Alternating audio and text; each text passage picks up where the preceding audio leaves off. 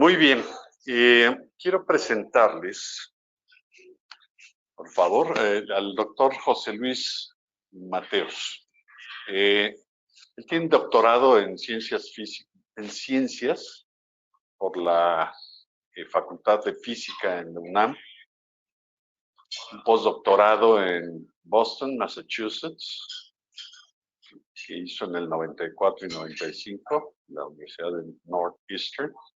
Es investigador titular del Departamento de Sistemas Complejos del Instituto de Física de la UNAM, coordinador de investigación del Centro de Ciencias de la Complejidad C3 de la UNAM, que eso nada más de leerlo suena complejo. Sí. Eres investigador nacional del Sistema Nacional de Investigadores. Recibiste en el 2003 el premio Jorge Lomnitz de la Academia Mexicana de Ciencias. Recibiste el premio Humboldt de la Fundación Alexander von Humboldt en Alemania. Eres miembro de la Academia Mexicana de Ciencias. Eres miembro de la International Union Peer in Applied Physics de la UNESCO. Eres editor asociado del Journal of Complex Networks, Oxford UPress. Eres profesor y tutor de doctorado en el posgrado en Ciencias Físicas de la UNAM y autor de más de 50 publicaciones científicas en temas de sismología, física cuántica, teoría del caos, geometría fractal, ecología matemática, sociobiología, sistemas complejos, ciencia de redes, inteligencia artificial y otros temas de esos que dominamos todos los que aquí estamos en la mesa. Pero lo mejor de todo es que eres socio NEA. Tengo que agregar eso. Y ya está de acuerdo en agregar eso a su semblanza. El día de hoy tenemos un tema maravilloso. Ciencia de redes y aplicación. Y lo que va a hacer José Luis es a quitarle toda la complejidad a este tema, ¿no? Y a facilitarnos el entendimiento sobre algo que de una u otra manera está normando nuestras vidas, regulando nuestras vidas. Sin más, te dejo el micrófono, déjame prenderle aquí. Esto por alguna razón no está encendiendo. Curioso. Permítanme un segundo. Tenemos aquí, ahí está.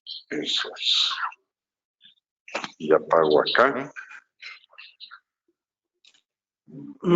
Okay. ¿Ahí me escuchan? Ahí estamos. Bien. Pues gracias, Jesús.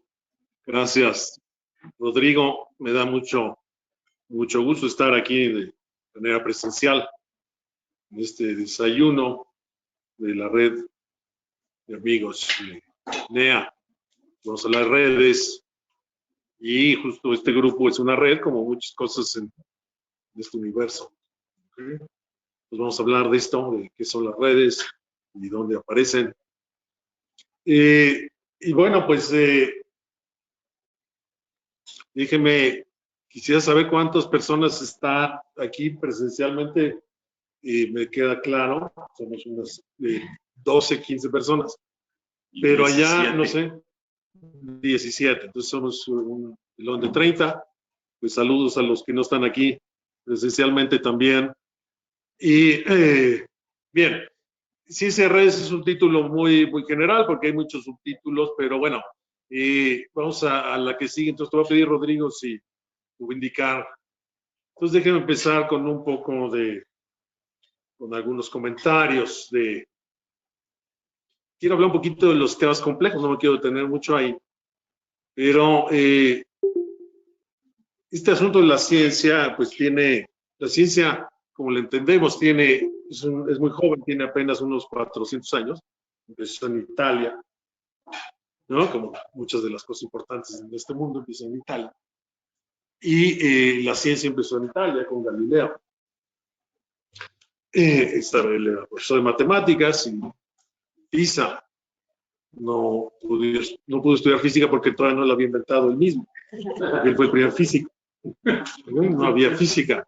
Física es una palabra griega que quiere decir naturaleza.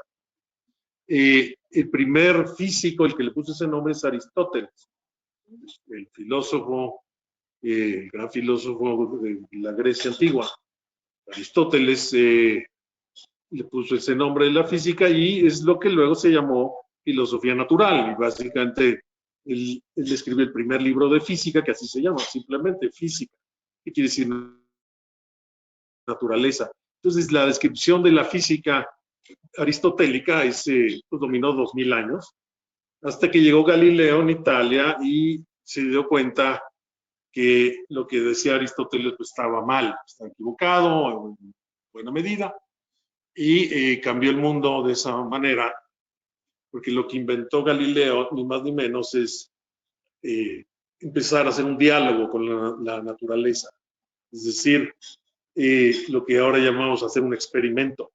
Entonces, la física aristotélica, que viene de la filosofía, es básicamente una forma de entender el mundo con la mente. Tú piensas, reflexionas, haces debates y haces filosofía para entender el mundo. Pero el mundo, la realidad es canija, es sofisticada, es sutil. Y entonces lo que hizo Galileo es preguntarle a la naturaleza cómo funcionaba.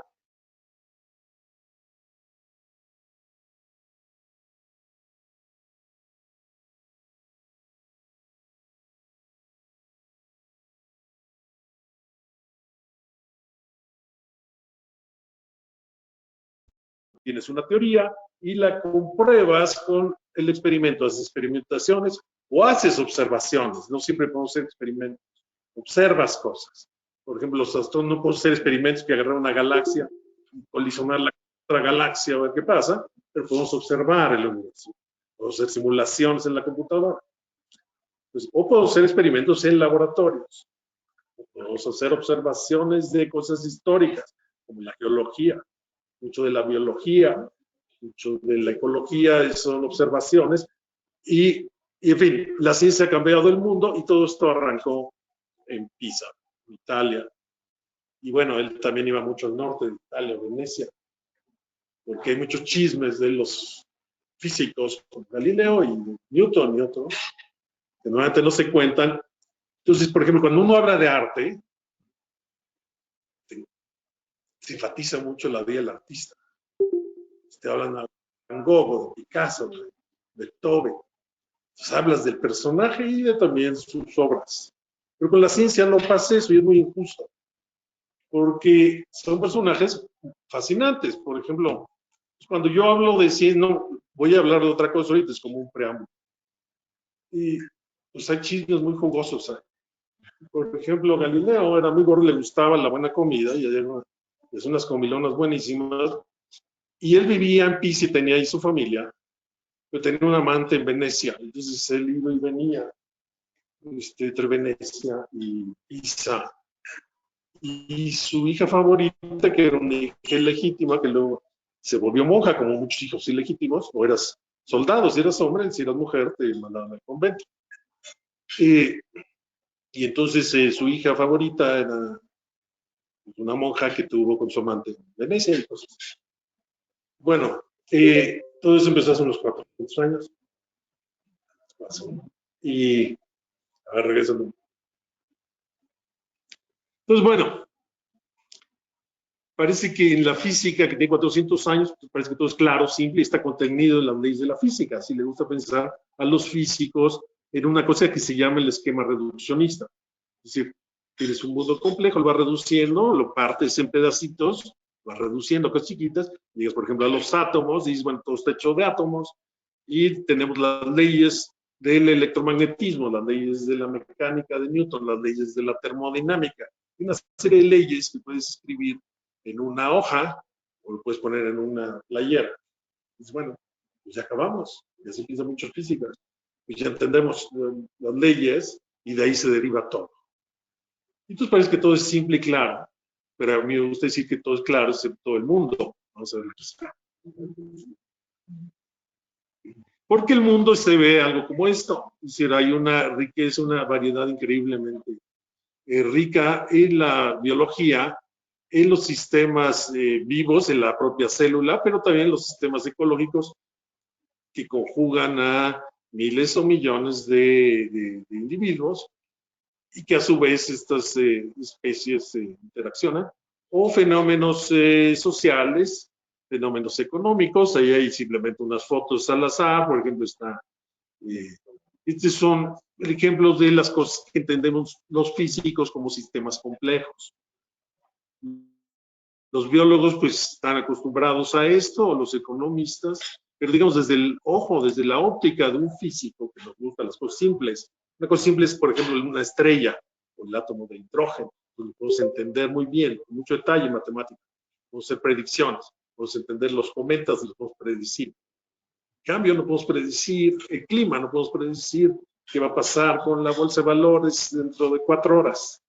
No podemos predecir qué va a decidir la Suprema Corte de Justicia, ¿no? Y qué va a pasar mañana en la Cámara de Diputados, qué va a pasar con la guerra en Ucrania, ¿no? Todo, qué va a pasar el domingo. Todo lo que nos importa no lo podemos predecir. Es muy triste. Es muy frustrante. Entonces, en la ciencia podemos predecir cosas muy bien y otras cosas que no. Y es muy interesante saber por qué cosas que sí podemos predecir y otras no. ¿Cuál es la razón? Por ejemplo, podemos predecir muy bien cosas que se nos antojan muy ajenas, muy complicadas, como por ejemplo las trayectorias de los cometas. Podemos predecir cuándo va a regresar el cometa Halley, con precisión de segundos. Si tarda 76 años en dar una vuelta y vino en 86, pues va a regresar en el 2061, en julio.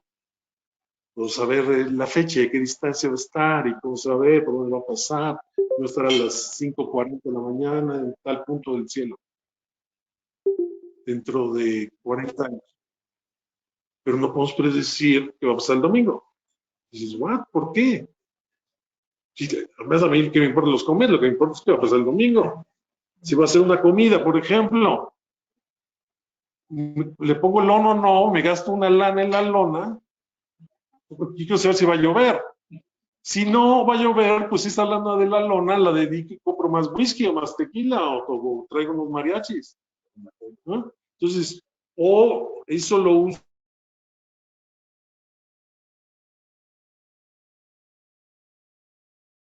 Hacemos la fiesta dentro de plan.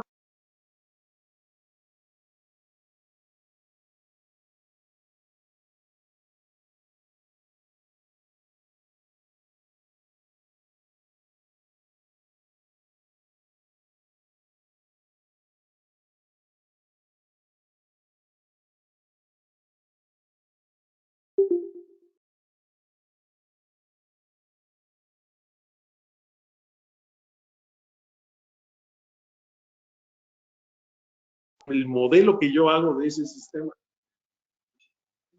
¿Y cuál es la interrelación entre todos esos elementos? Generalmente es no lineal y forma una red y es una red compleja. Entonces, uno de los temas más fascinantes que hay actualmente en la ciencia es el estudio de los sistemas.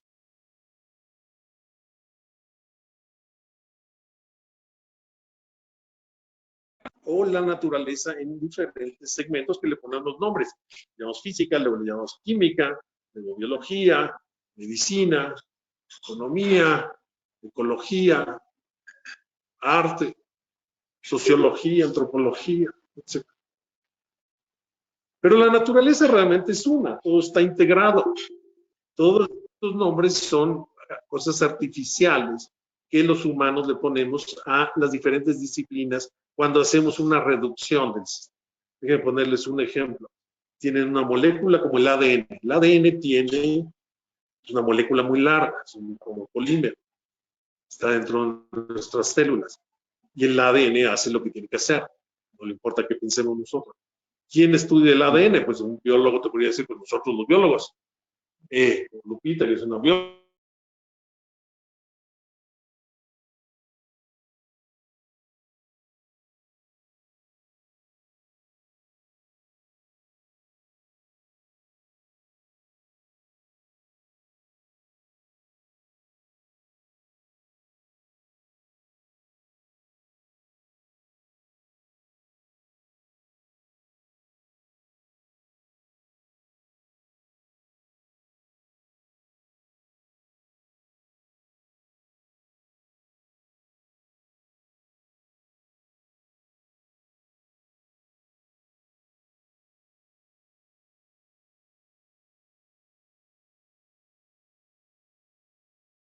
es su rollo, digo. Y es un problema. Entonces, lo que queremos hacer en la gente de sistemas complejos, y el Centro de Ciencias de la Complejidad de la UNAM se aboca a eso, es empezar a poner estos puentes entre disciplinas para entender los sistemas complejos de a de veras por primera vez. Por ejemplo, el cerebro humano es otro gran ejemplo.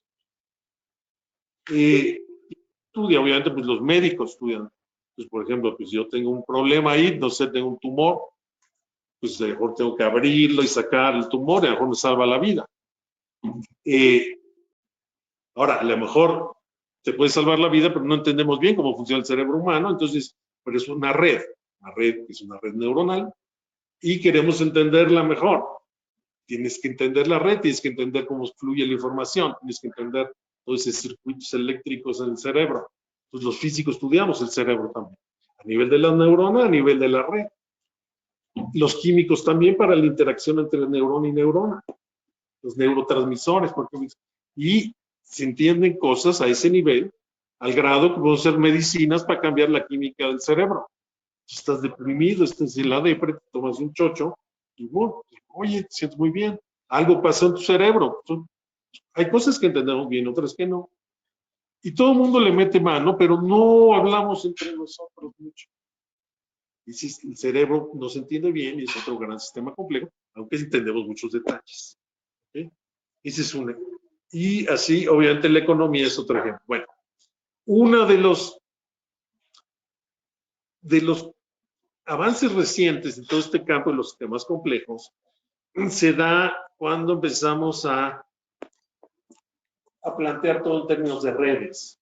Y eso ha sido algo que es muy, muy importante. Me voy a concentrar en el aspecto de red, que es una red. Vamos a utilizar.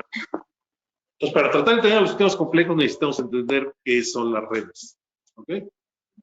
¿Qué es una red? Vamos a empezar por ahí. Todos tenemos una cuestión familiar en términos de qué es una red. De hecho, el grupo de aquí de nosotros es una red. Pero la red, voy a hablar de las redes sociales, voy a hablar de las redes humanas con mucho detalle más adelante. Pero déjenme empezar con esto que es una red. Una red viene de la matemática. Una red es un conjunto, no voy a entrar a las definiciones matemáticas ni a la parte técnica que es muy vasta, simplemente decir que las redes vienen de una cosa en matemáticas que se llama teoría de gráficas o teoría de grafos. Entonces les llamamos gráficas o grafos o redes, ¿no? Son sinónimos. Y se define como un conjunto de puntos y enlaces entre esos puntos. Se definen ahí, lo estoy poniendo en un dibujo en 2 dimensiones, pero podría ser una cosa abstracta. Ese conjunto de puntos y conjunto de enlaces. Esos puntos representan muchas cosas. Si es una red social, representan personas y hay un enlace, una línea entre esos 2 puntos que los une. Si, por ejemplo, pues tengo, digamos, una conexión de amistad o de familia entre 2 personas, ¿ok? Puede ser una red de neuronas, puede ser una red de empresas, puede ser una red de negocios, puede ser una red de narcotráfico, puede ser una red de lo que quieras, ¿ok? Pero viene de la matemática de teoría de grafos que tiene unos 300 años, ¿ok? Bien, vamos a darle más. Entonces hay muchos tipos de redes. Hay redes que se llaman ordenadas, como las que están a la izquierda. Una red ordenada, como la que se ilustran ahí, es una red cuadrada, donde cada puntito, cada nodo, tiene 4 vecinos, por ejemplo, o 3 si está en la frontera. Puedo tener una red triangular o una red hexagonal, formada por esos hexágonos. Y esas redes se conocen muy, muy bien. Hay redes como la que está a la derecha, que es un cristal, o una red completa, como la que está ahí en el centro, en donde cada nodo está conectado con todos los demás. Esas redes regulares o ordenadas, pues se conocen muy bien porque la matemática es más simple. Por el hecho de esas simetrías que surgen, pues simplifica la matemática y hay toda una rama de las matemáticas que estudia la simetría. La simetría tiene que ver con el arte y con la belleza. Y la belleza en la matemática. ¿Qué tal? Buenos días.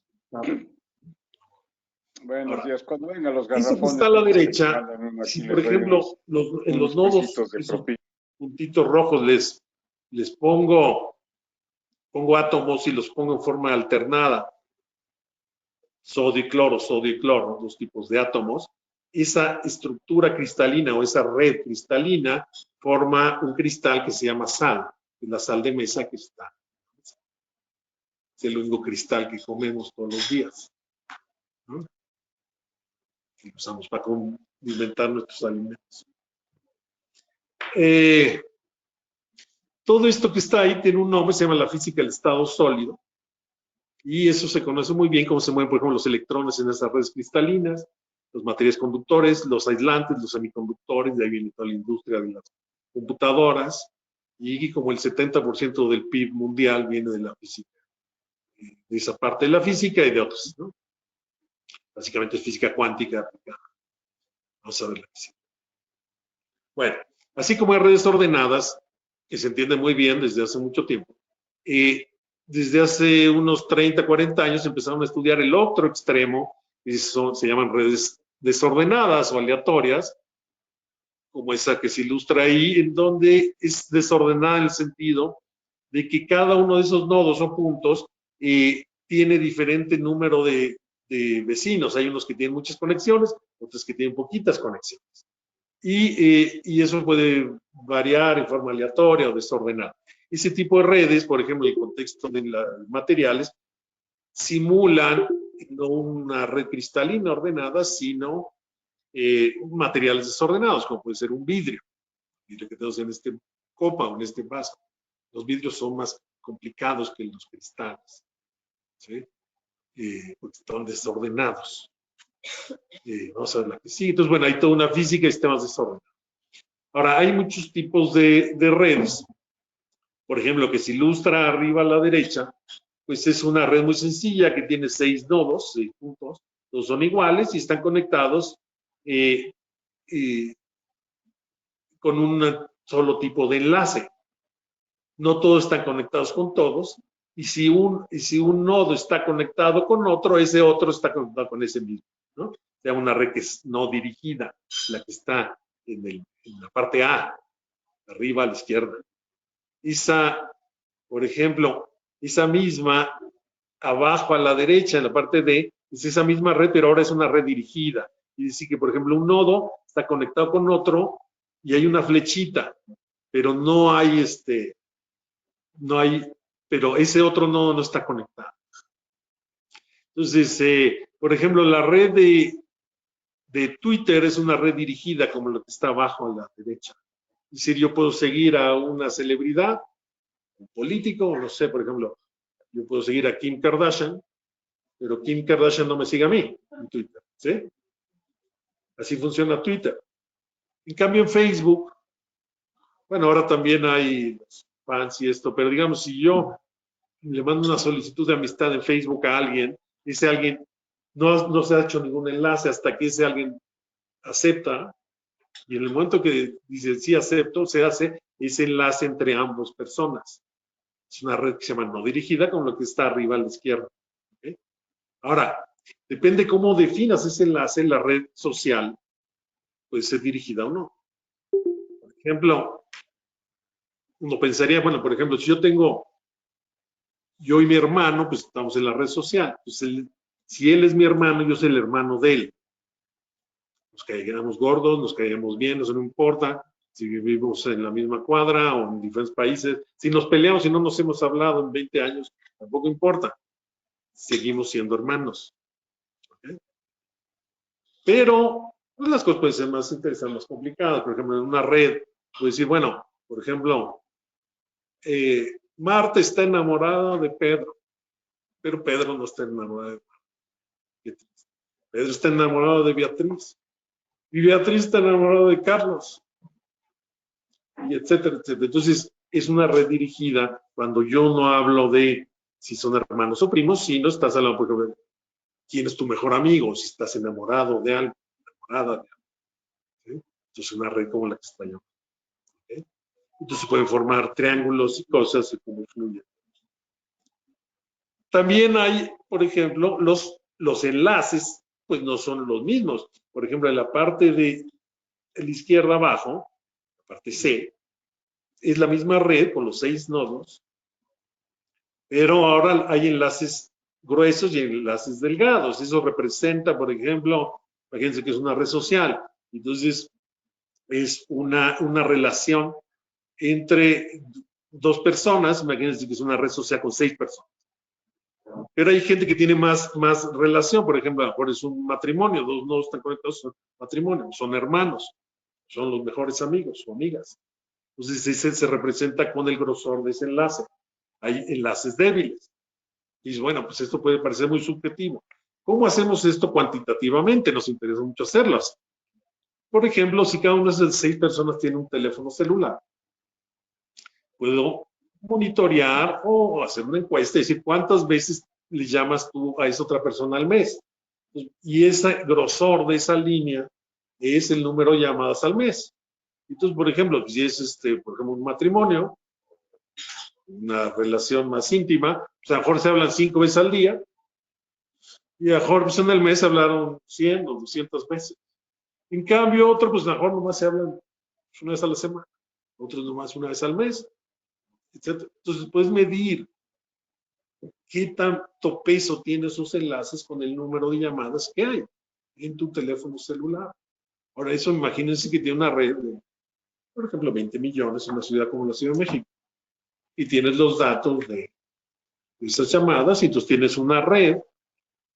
Si se hace un intercambio, pues no es una red dirigida, pero hay pesos. Entonces, por ejemplo, yo hago muchas llamadas, entonces a lo mejor a Rodrigo, o cada 15 días, pero a lo mejor a mi hija, pues a lo mejor le hablo 4 veces al día, ella, a mí y a mí, ¿no? Para lo que hablan los hijos. Papá, se me acabó la lana, deposítame, por favor, ¿no? Espérate, ¿cómo estás? ¿No?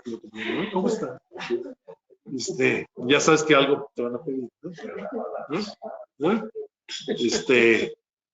Generalmente cuando hablas es que vas a pedirle algo a otra persona, ¿no? Como Rodríguez, yo me voy a pedir que le dé una charla del desayuno. Bueno, entonces todo eso se mide y tiene que ver con una cosa que se llama Big Data. Porque el Big Data, pues ahí puse 6, pero imagínate que tengo una red, por ejemplo, hicimos un estudio de movilidad hace poco en las ciudades, que es otro tema que no entra mucho en detalle acá. Analizamos 1.150 millones de viajes de taxis en Nueva York, el estudio más grande que se ha hecho en el mundo. Hicimos una red dirigida con pesos. Ahí, por ejemplo, es un sitio de la ciudad de Nueva York a otro sitio y cuántos viajes de taxi hay entre esos 2 sitios durante, digamos, 1 año y medio, 2. Los datos reales. Entonces, ese campo que es enorme se llama ciencia de datos o Big Data. Bueno, vamos a ver la que sigue.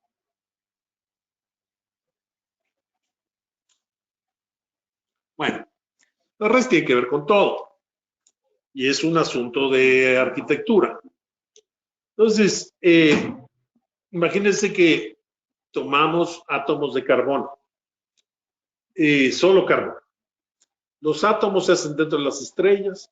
Hay 92 tipos en forma natural, de lo que llaman los elementos químicos de la tabla periódica, donde todo el mundo se aburre muchísimo. Es un diseño fascinante.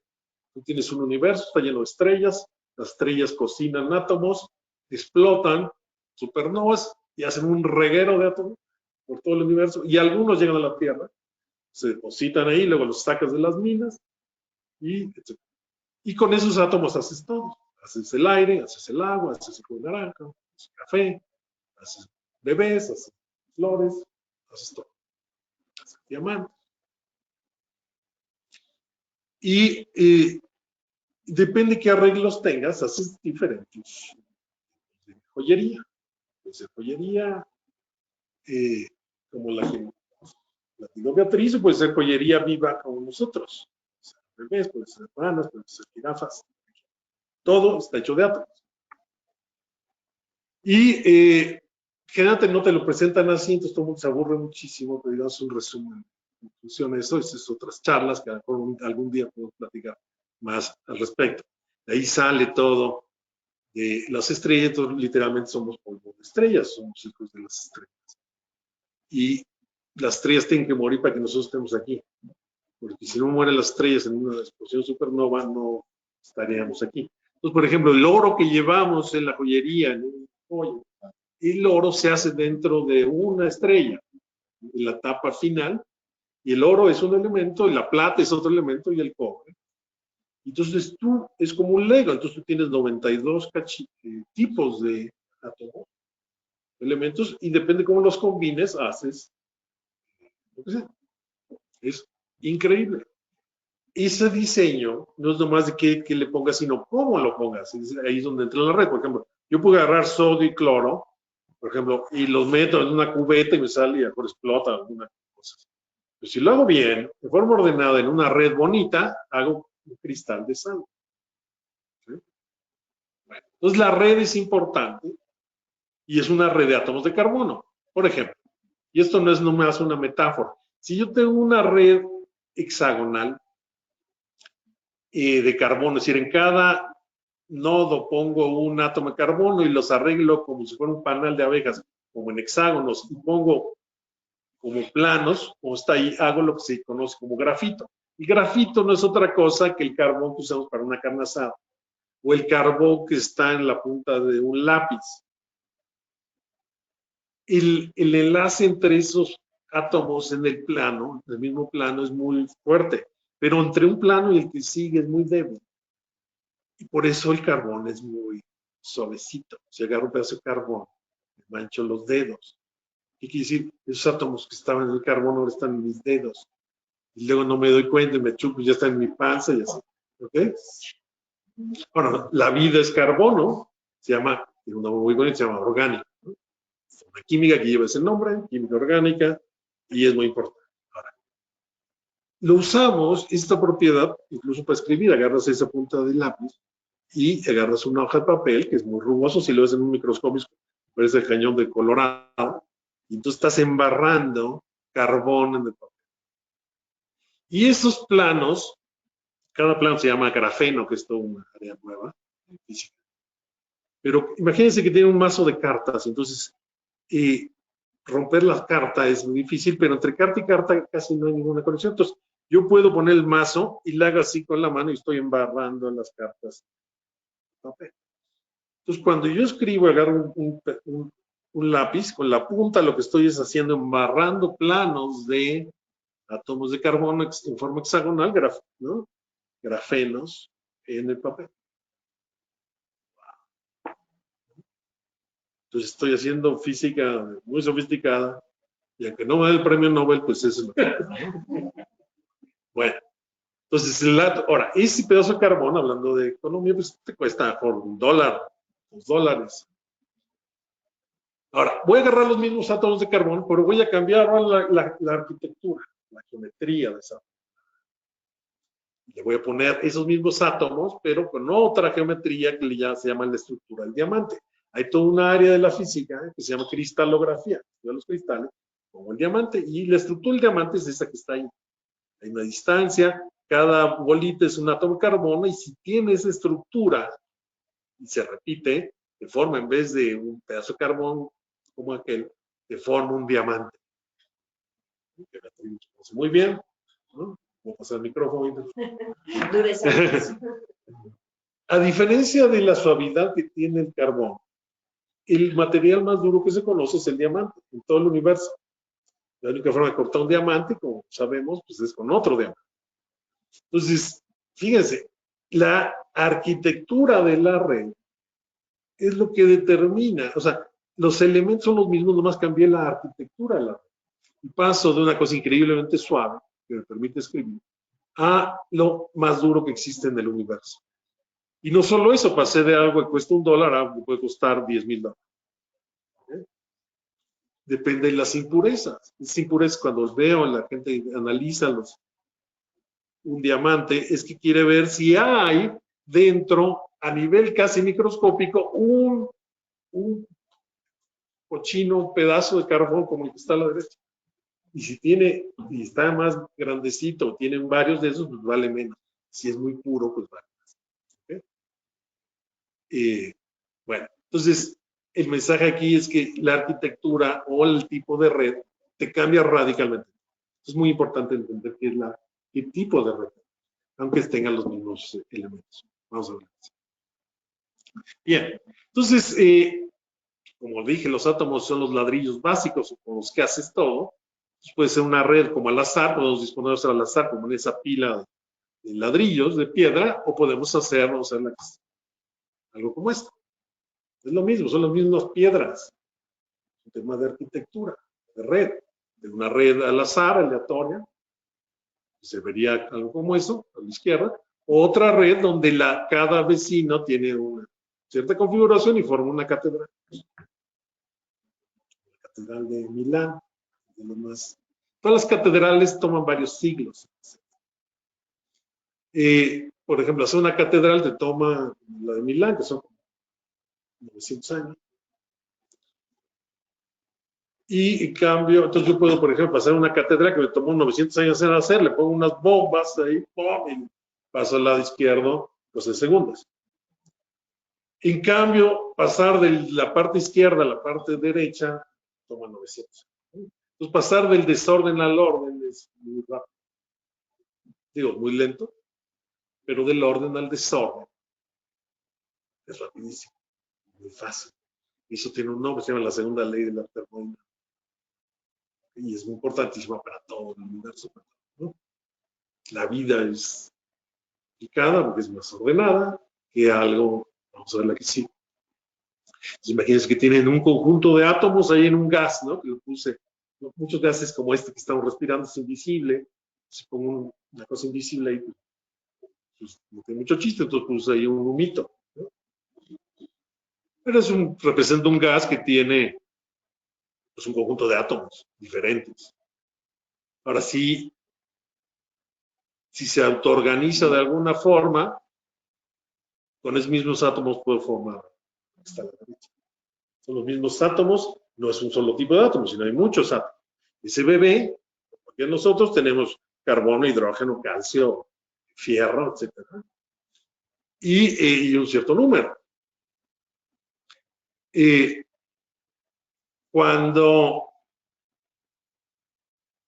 la cosa es cómo llegas a esto.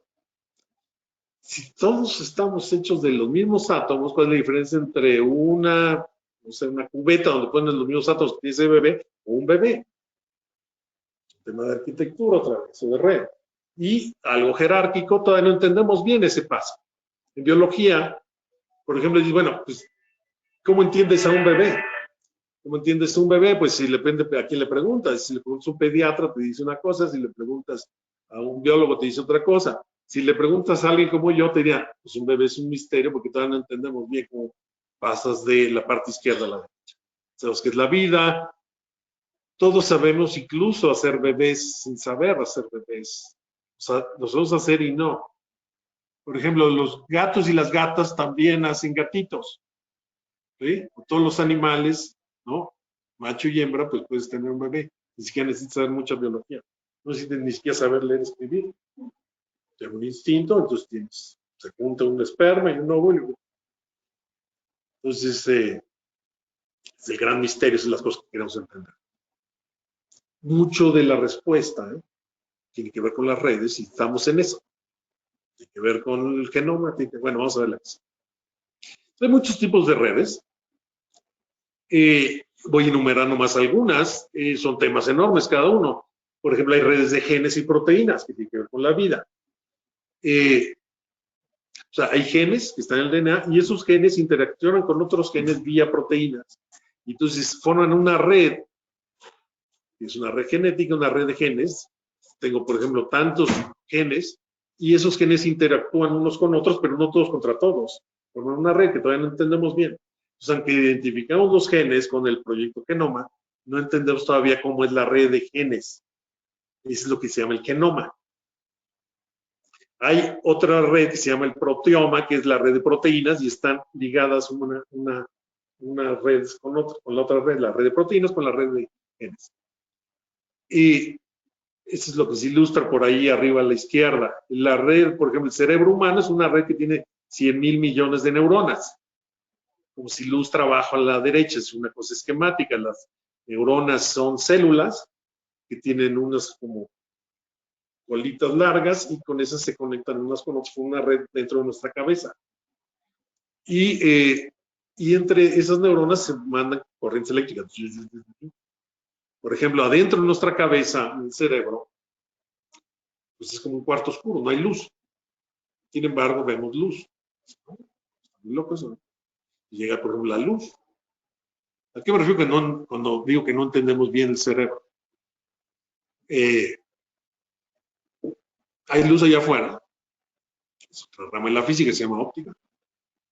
Entra y en el fondo del ojo, cuando pega, entra una cosa que se llama la retina. La retina es parte del cerebro, es una neurona, entra, pero no entra como luz, entra como una corriente eléctrica.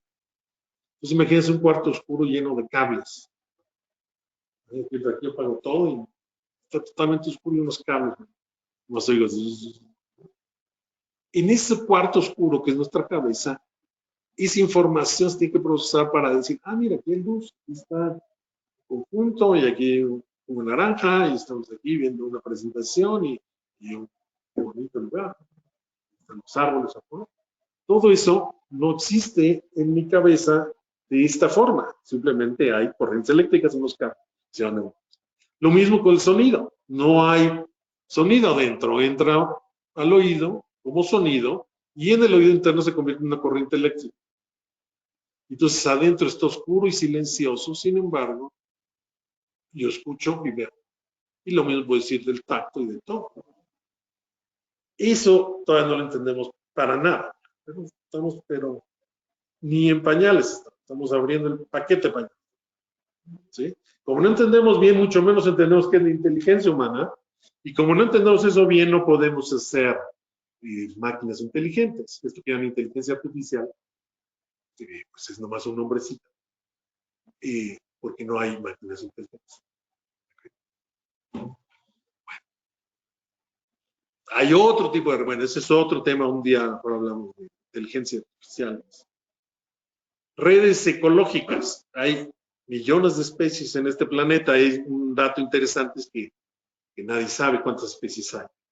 Tenemos una idea, hay unos que piensan que hay 10 millones, otros 100 millones, ahora tendrás punto de vista. Pero nadie sabemos bien cuántas especies hay en este planeta y mucho menos cómo interactúan entre sí. Allí abajo está esquemáticamente una red, se llaman redes tróficas. Una red trófica es decir, por ejemplo, una especie se come a otra y entonces hay una relación, hay una red dirigida en esos como peces que están ahí y forman una red. Esa red, si ni siquiera sabemos cuántos nodos o cuántas especies hay, pues menos. Bueno, no todas las especies interaccionan con todas, no es una red, se llama una red completa. Muchas especies interaccionan con muchas otras, pero no todas con todas. Pues si se extingue una, pues no quiere decir que se extingan todas, pues se extinguen no solo esas, sino otras, depende de cuál. Eso es muy importante. Luego hay especies que se extinguen y otras que surgen. Todo eso es un tema de ecología que conoce, y todos los ecólogos lo conocen muy bien. Entonces es otra red. Redes de transporte. Por ejemplo, ahí está un mapa del metro. Hay redes como el metro, hay redes carreteras, hay redes de líneas aéreas. Lo que está a la izquierda es un mapa de los viajes en avión en el mundo. Es un mapa esquemático de los transporte aéreo. Es una red muy importante. Es, a diferencia de las otras, una red que hicimos los seres humanos. Las otras no. Existen antes de nosotros. Hay redes sociales que tienen, pues ahí dice 7, ahora ya somos ya casi 8.000 millones de personas y forman una red social de seres humanos. Hay redes financieras, hay redes en economía, hay redes oscuras, hay redes criminales. El www es una red que tiene pues muchos miles de millones de sitios. Se cree que ahora son como 1 millón de millones de sitios web, etc. Entonces hay todas esas son redes y hay una matemática y una teoría que nos permite entender todas estas redes en términos generales y cada una tiene sus particularidades. Vamos a ver la conclusión. Bien, por ejemplo, este es un mapa de una porción, pero desde los primeros mapas o esquemas del www, del web. Es lo que llamamos una red compleja. Hay conectores o hubs, como esos puntos que se ven ahí que tienen muchas conexiones, y luego hay muchos otros que son nodos pequeños que tienen muy pocas conexiones. Y ahí la red es, ¿qué es la red en este caso? Es cada página web o cada URL se llama, está conectado con otro vía un hipertexto. Cuando yo le pico, estoy viendo un texto y le pico aquí y paso a otra parte, pues estoy navegando esa red que se llama www, que no es lo mismo que el Internet. El www descansa y es parte del Internet, ¿no? Y el Internet es más viejito, es como conectas computadoras, y eso empezó en los 60s, en Estados Unidos. Una cosa que se llamaba ARPANET, que tiene que ver con la industria militar, y luego se fue a la parte civil.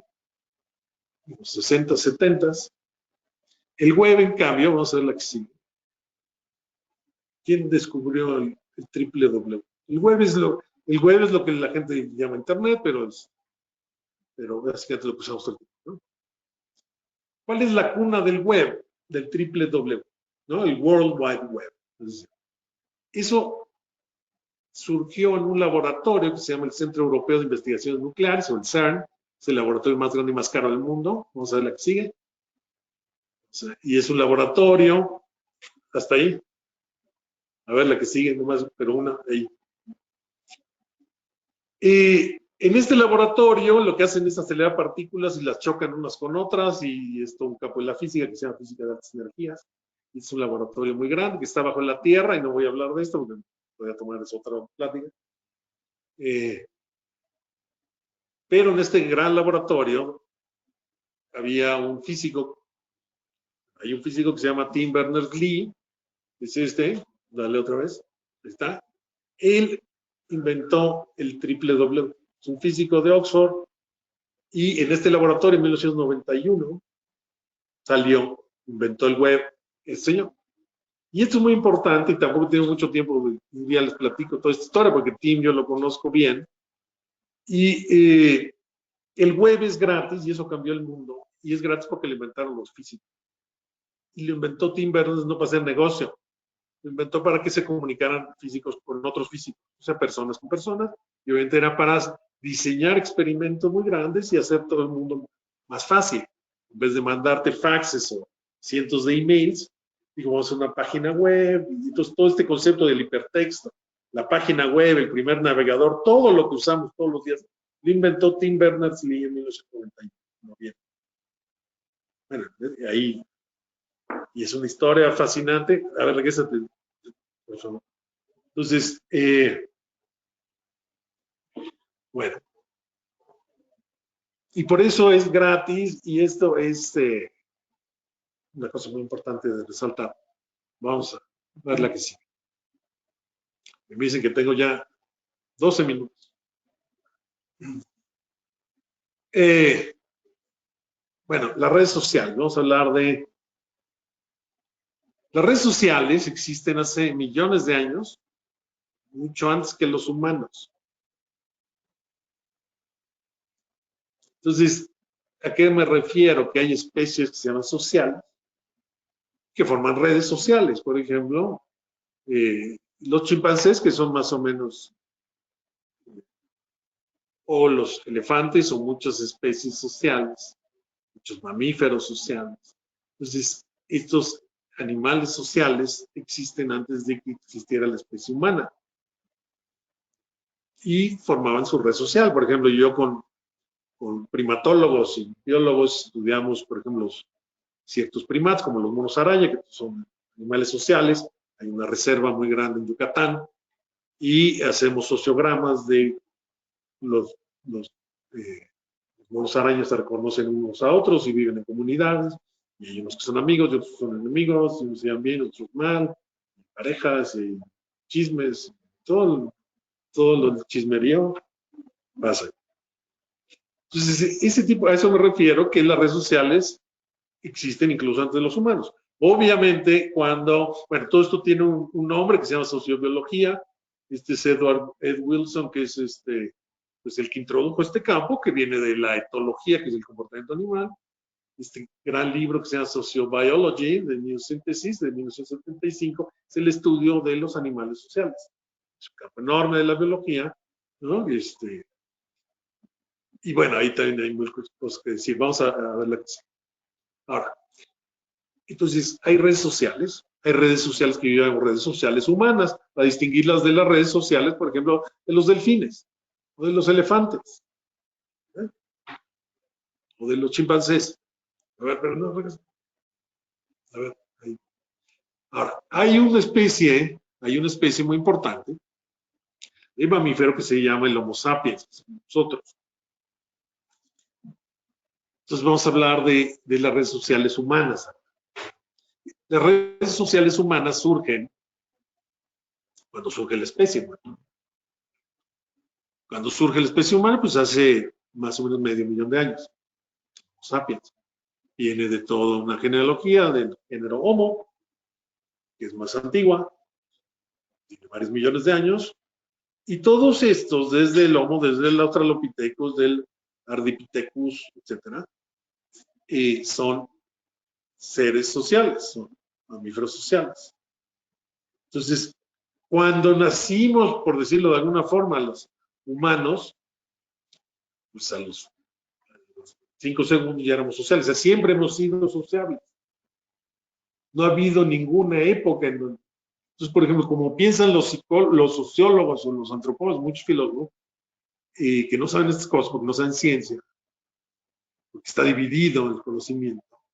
Piensan que primero éramos unos salvajes o algo así, cuando hablan, ¿no? Rousseau, el contrato social y todas esas cosas, no tienen ni idea de qué están hablando. Entonces, pues somos salvajes, pero de repente hubo un contrato social, empezamos a hacer leyes, entonces ya empezamos a socializar. ¿What? No. Las redes sociales existen desde antes que existíamos como especie. Y eso es muy importante para tu filosofía política o tu antropología. Entonces, vamos a hablar de las redes sociales humanas. La que sigue. Entonces, así como dije que la arquitectura es muy importante, es la diferencia entre un diamante y un pedazo de carbón, la pregunta es, bueno, ¿cómo es la arquitectura de la red social humana? No sabemos, no sabemos bien cómo es. Estamos empezando a elucubrar cómo es la red social. Ni siquiera sabemos cuántas personas conocemos. Por ejemplo, ahí hay una red social, es unas fotografías, y entonces, por ejemplo, la que está ahí en el centro tiene, está en el centro, esa mujer, ahí tiene 1, 2, 3, 4, 5 conexiones, ¿no? Y tiene 5 amigos directos. Y el que está ahí abajo, pues la conoce a ella y conoce otros 2 que están más a la izquierda, y así. Pero ella no conoce a todos, los conoce a algunos a un paso, se dice que es paso 1, sus conexiones directas. Pero hay otros que están a paso 2, otros a paso 3. Entonces así medimos la distancia, que no es una distancia física en kilómetros, sino el número de pasos que tienes que hacer en la red social. Si les pregunto a cada uno de ustedes cuántas personas conocen, a lo mejor no me dan una respuesta, así como decir, a ver, dame tu RFC, cuánto pesas o cuántos años tienes, dime tu teléfono. Entonces sabemos muchos números de memoria, no sabemos cuántos, algo que es tan fundamental, decir cuántas gentes conocemos. Pues algo aproximado, decir, bueno, pues sí, o son 837, bueno, pero no, pero ayer conocí otros, perdón, 838. No, ni siquiera, de hecho, ni siquiera nos hemos preguntado eso. Ni siquiera sabemos cuántos conocemos a un paso, pues cómo vamos a hacer una red como la de NEA. Entonces, el punto, por eso le pongo la interrogación. Esto que es lo más importante, es decir, cómo es la red social mía, se llama un ego network, ni siquiera sé cómo es. Si yo supiera cómo es, decir, bueno, por ejemplo, yo, José Luis, conozco a 1,379 personas. Y cada una de ellas conoce a, por ejemplo, Rodrigo conoce a Lupita, y a lo mejor me falla por uno, pero aproximadamente, bueno, Rodrigo conoce a 2,412. Y a lo mejor no, realmente son 2,400. Bueno, pero digamos, 2,400, ni siquiera fueron. Entonces, ya tus nuevas conexiones. Y habría que empezar por ahí. Entonces, bueno, pues no sabemos, y como no sabemos, pues estamos con una venda, estamos en la baba, pues. No tenemos ni idea.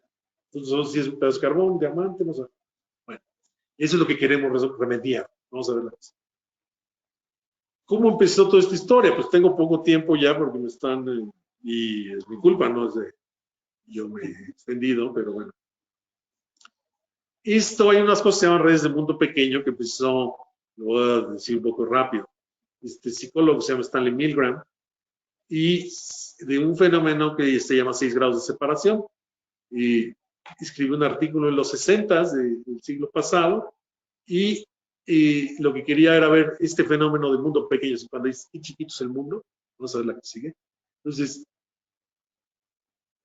él hizo el primer experimento, básicamente le dio unas cartas a algunas personas en Estados Unidos en los 60 para que se le hicieran llegar de mano en mano, de un lugar a otro.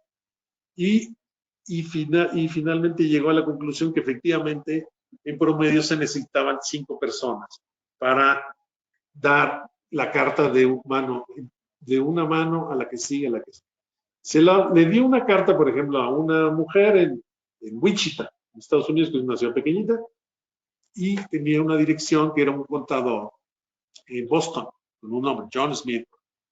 Entonces, a ver, tú le tienes que hacer llegar esta carta a John Smith en Boston. Si lo conoces, pues lo mandas directo y esto está a un paso. ¿Conoces a John Smith? No. Bueno, ¿a quién se lo das para que llegue esa carta a John Smith en su mano? Pues no sé, pues se lo voy a dar a mi sobrino. ¿Por qué a tu sobrino? Pues porque pues, él viaja más que yo, nunca he salido de Wichita. Pues mi sobrino, entonces mi sobrino, no, pues no conozco a John Smith, pues a quién se lo doy, pues a alguien. Pues no conozco a nadie en Boston, pero se lo voy a dar a mi amigo que él viaja mucho, que es agente viajero. Se lo doy, entonces en un tercer paso está ahí. Ese se lo da a alguien que, por ejemplo, vive en Nueva York, que lo conozco. No tiene que ser también alguien que conozco. Y está en Nueva York la carta, 4. Ese de Nueva York, pues no conoce, pero sabe que es un contador de Boston. Y entonces dice, bueno, pues no sé, pues conozco a alguien en Boston, se lo voy a mandar. Se lo manda y en 5 pasos está en Boston la carta. Y él, pues a lo mejor se lo da a un contador, que es su contador. Y ese contador a lo mejor ya conoce, que es su contador. Entonces en 6, 7 pasos llegan a la carta. Y en ese sentido es un mundo pequeño. Vamos a ver un diagrama aquí de cómo funciona. Y fíjense que estoy yo no vamos a ver eso. Entonces, yo pues me conozco a mí mismo. Entonces mi red vale 1, ¿no? Bueno, Sócrates diría, ni eso, ¿no? Pero vamos a suponer que sí. Entonces yo tengo un nodo que soy yo. Digamos que vamos a hacer una cuenta sencilla, 100 pasos, 100 amigos inmediatos. Tenemos más, pero a lo mejor puede ser, pero para hacer la cuenta, 100 amigos inmediatos. Entonces, yo conozco a 100 personas y voy a suponer que cada una de esas 100 conoce a otras 100. ¿Ok? Hay muchos traslapes, pero por eso me quedé con 100 y no me puse 1000. Entonces, en 2 pasos yo puedo conectar a 10,000 personas, porque si conozco a 100 y cada uno conoce a 100, pues serían 100, 200. Imagínate que 100. Entonces, yo conozco a 100, tú conoces a 100. Si hay una mesa de 100 personas, serían 100 por 100, que son 10,000 en 2 pasos. Obviamente no conozco esos 10,000. Si los conociera, pues estarían tareando un paso. O sea, 2 pasos tengo 10,000. Ahora, cada uno de esos 10,000 a 2 pasos, conoce 100 y entonces sería 10,000 por 100, que es 1,000,000 a 3 pasos. Entonces, a 3 pasos tengo ya 1,000,000 de personas. Hacer negocios, ya empieza a brillar los ojitos. Oye, es interesante. Luego, pues cada uno es 1,000,000, pues a 100 por 1,000,000, pues son 100 millones a 4 pasos. Y 100 millones a un quinto paso, pues serían 100 millones por 100, que son 10,000 millones. 5 pasos. 10,000 millones es más que la población. Y ese es el efecto del mundo pequeño del que siempre hablamos. Vamos a ver la que sigue. Es una red real, no se ve con mucha detalle ahí la imagen, pero básicamente hay un nodo en el centro. Están unas veintena de nodos que son coautores ahí los nodos son científicos, los enlaces son artículos en coautoría. Y en un segundo paso, y todos así es como crecen, se dice que es un crecimiento exponencial. ¿Okay? El mundo es pequeño porque crece exponencialmente el número de conexiones. ¿Okay? Vamos a ver. Entonces, esto era una cosa como una leyenda urbana, luego un psicólogo lo desenterró esto y luego se volvió a enterrar y nadie hablaba de esto, hasta que hace apenas unos 20 años, en 1998, sale este artículo que es el primer modelo de lo que se llaman redes de mundo pequeño. ¿Ok? Es un modelo matemático, vamos a ver lo que sigue, y esto inició todo un campo enorme que se llaman redes de mundo pequeño. Entonces, en esa época, cuando salió en 98 este paper, este artículo de estos matemáticos y físicos, pues no había ninguna red social, no existía Facebook, ni Twitter, ni nada. Parece como si fuera así, hace una época muy lejana en la antigüedad. Estamos hablando de hace 20 años, ¿no? 22 años. Bueno, la única red que se conocía, a ver, espera, vamos por partes, yo te digo. Porque si no me... Entonces, voy a contar un chiste, entonces desde el final y... ¿no? No, sí, regresa. Entonces, la única red que se conocía era una red de actores de Hollywood. Entonces, ahora sí vamos a ponerlo. Este no es un físico, es un actor de Hollywood que se llama Kevin Bacon. ¿Okay? Kevin Bacon, alguien hizo un jueguito por ahí en los finales de los 90, es decir, ¿a cuántos pasos estás de Kevin Bacon en la red de actores? Vamos a ver la que sigue. Entonces, que tampoco es un físico, es un actor, se llama Tom Cruise. Está a un paso de Kevin Bacon, se dice que tiene el número de Bacon igual a 1. La red es tal que si tú hiciste una película con Kevin Bacon, donde salen ambos de actores, pues estás a un paso. ¿Okay? Hicieron una película juntos, entonces Tom Cruise está a un paso de Kevin Bacon. Vamos a ver la que sigue. Por ejemplo, el de allá arriba, ¿cómo se llama? ¿Es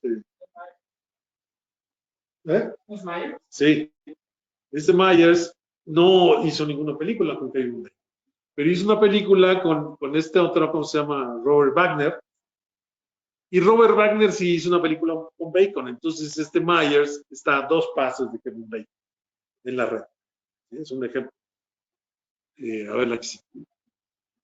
Esta actriz famosa está a 2 pasos de Kevin Bacon. Es Marilyn Monroe.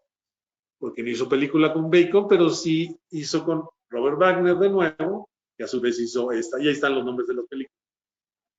La que sigue. Entonces, por ejemplo, Charles Chaplin está a 3 pasos de Kevin Bacon. Entonces, Charles Chaplin hizo una película que es con este actor de la época del cine mudo, un actor argentino, que a su vez hizo una película con Robert Wagner, que hizo la película. Entonces, ¿cuál es la distancia entre Charles Chaplin y Bacon?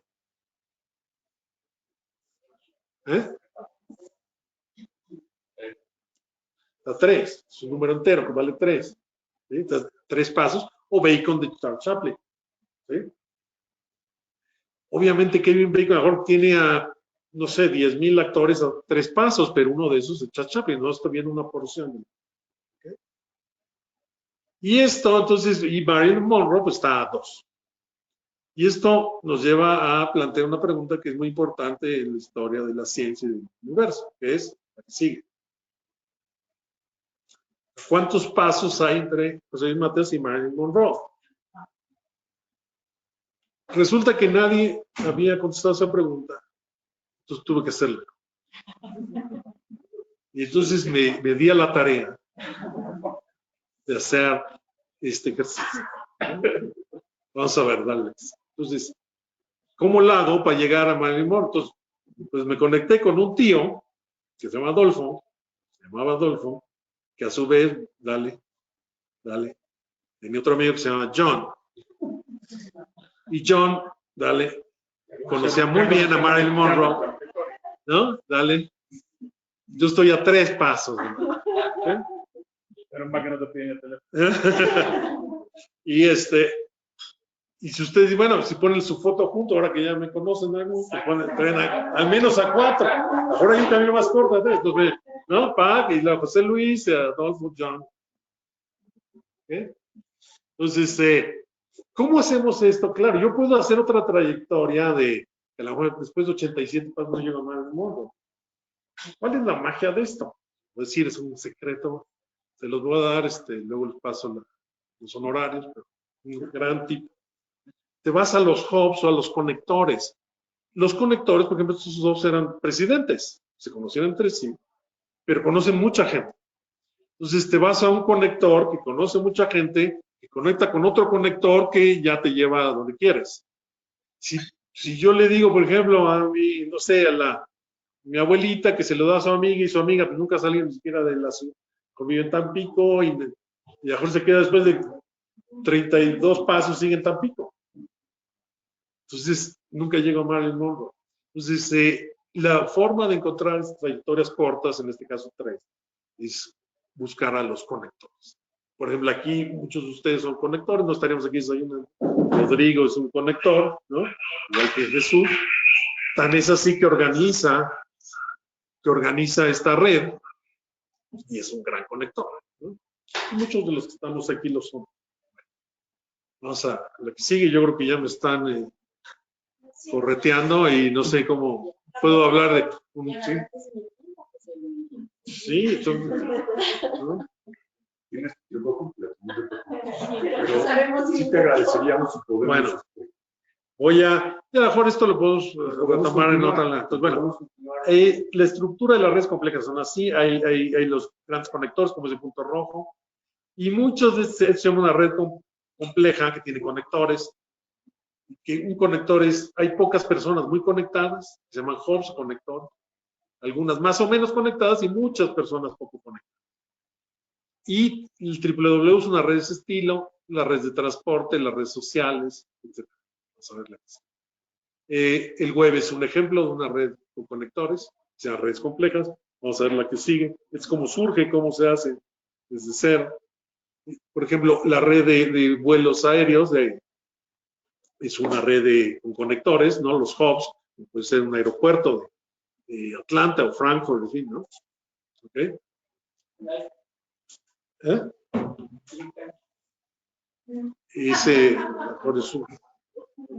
Por ejemplo, otro aspecto del mundo pequeño, la transmisión de enfermedades. Imagínate que una persona tiene 10 compañeros sexuales y estos a su vez pues también tienen 10 compañeros sexuales.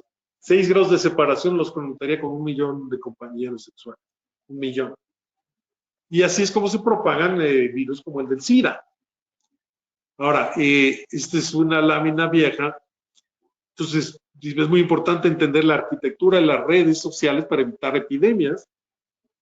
Y simplemente hace unos días, para esta charla le agregué lo del COVID,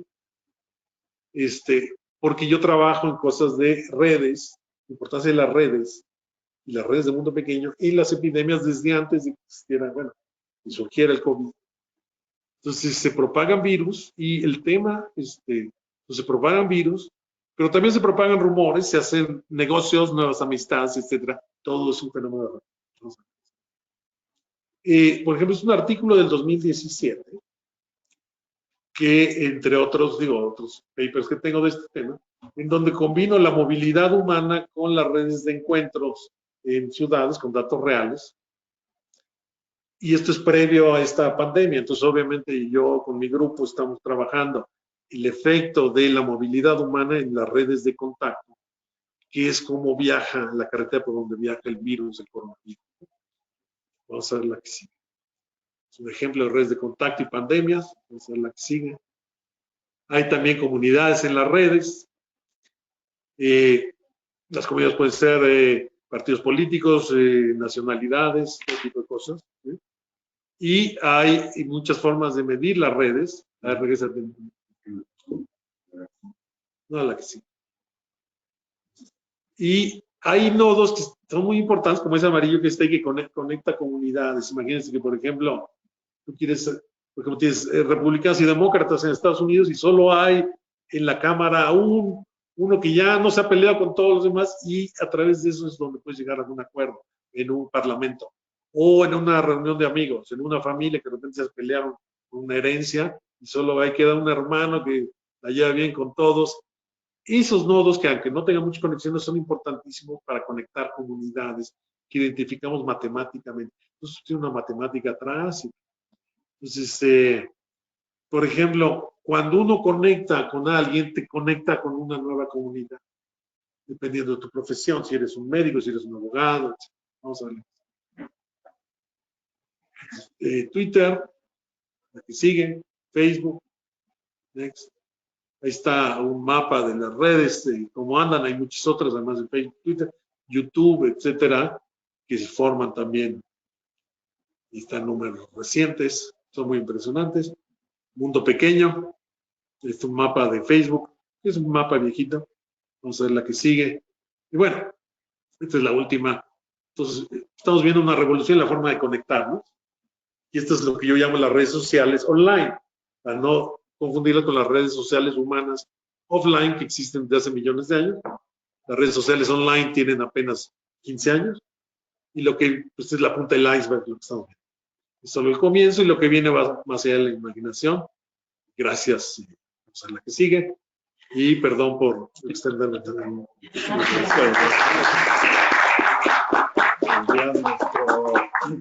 público digital, esperemos pongan sus cámaras. Aquí está la computadora, prendanlas y compártanos un aplauso para José Luis por esta cátedra. En realidad, hoy recibimos una cátedra. Y qué ingenuos fuimos al pensar que una hora sería más que suficiente. Por lo cual, José Luis, y con la idea que viene de nuestro buen Oscar Becerril, que siempre se me ocurren ideas locas, de hacer una tertulia entre amigos. El lugar ya lo tenemos, es aquí mismo, en la salita de aquí a la... ¿Verdad que ya la tenemos? Sí. Y el día, la hora, con las bebidas que tú digas que debe de haber, una botanita o lo que fuera, conducir una sesión más allá de preguntas y respuestas. Es un poco de convivencia y de compartir las inquietudes que esta información nos ha traído. Digo, al menos en lo personal, ¿no? Esto abrió una puertita hacia una curiosidad loca, ¿no? De entender, pues, cómo está funcionando nuestro mundo hoy en día a través de estas redes, ¿no? Y en lo que a NEA corresponde, pues hoy tenemos un poco más de conocimiento de cómo podemos potencializar nuestras relaciones a favor de lo que hemos predicado, negocios y ayuda al desarrollo del emprendimiento. Entonces, ¿aceptarías esa idea loca? No, desde luego que acepto, sí. A mí lo que se me hace una idea loca es venir a desayunar. A mí lo que me gustan las tertulias que tienen más que jugo de naranja. ¿No? Muy hubiéramos conocido el tema. Pero bueno, los desayunos también, los desayunos. Yo encantado. Hay muchas cosas que quedaron hoy en el tintero. Es simplemente una pasadita. Hoy son temas hipervastos. Yo tengo 20 años, puedo estar hablando 20 años y no acabamos, literalmente. Y en el contexto de la pandemia, muchas cosas que decir. Vamos a abordar con más calmita. Y es muy importante para la red de negocios, para la red de contactos, y todo tiene que ver con redes, ¿sí? Entonces, yo encantado.